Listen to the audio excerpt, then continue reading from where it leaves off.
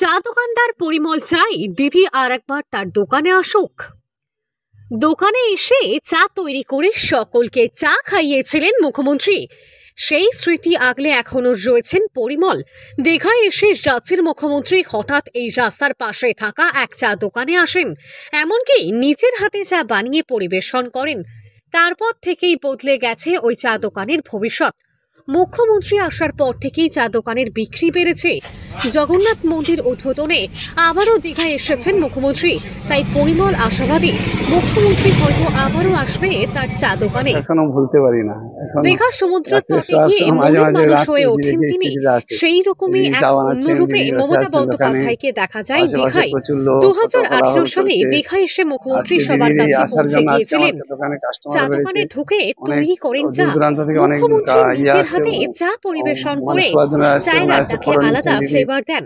আজও সেই দিনের সেই মুহূর্তগুলিকে মনে রেখেছেন ওই চা দোকানের মালিক পরিমল জানা। জগন্নাথ মন্দির উদ্বোধনে মুখ্যমন্ত্রী এখন দীঘায়। 7 বছর আগেকার সেই স্মৃতি যেন ফিরে পেতে আসছে এই দোকানের মনে।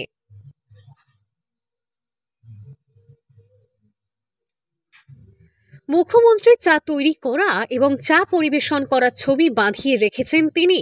মুখ্যমন্ত্রীর উপস্থিতিতে এই দোকান এখন বিখ্যাত হয়ে গিয়েছে। আগের তুলনায় ভিড় বেড়েছে দোকানে। দীঘায় জগন্নাথ মন্দির উদ্বোধন আজ বুধবার। মন্দির উদ্বোধনের মুহূর্তে সাক্ষী হতে পর্যটকদের আরো ভিড় বেড়েছে দীঘায়। হ্যাঁ, এটা আমরা জানি। আমরা এখানে পাশেই থাকি। আর মুখ্যমন্ত্রী এখানে এসে চা বানিয়ে সবাইকে এখানে খেয়েছিলেন। আর এটা খুব সুন্দর লাগে, আনন্দ লাগে। কলকাতা থেকে অনেক টুরিস্ট আসে, এখানে টুরিস্ট আসে সব ফটো। দীঘার ব্যবসা আরো জমজমাট হবে বলে প্রত্যাশা করছেন এলাকার বাসিন্দারা। পরিমল জানা বলেন, দিদি দোকানে আসার পর তার দোকান দীঘায় বিখ্যাত হয়ে উঠেছে। জগন্নাথ মন্দির দীঘার আরো মাহাত্ম্য বাড়ালো।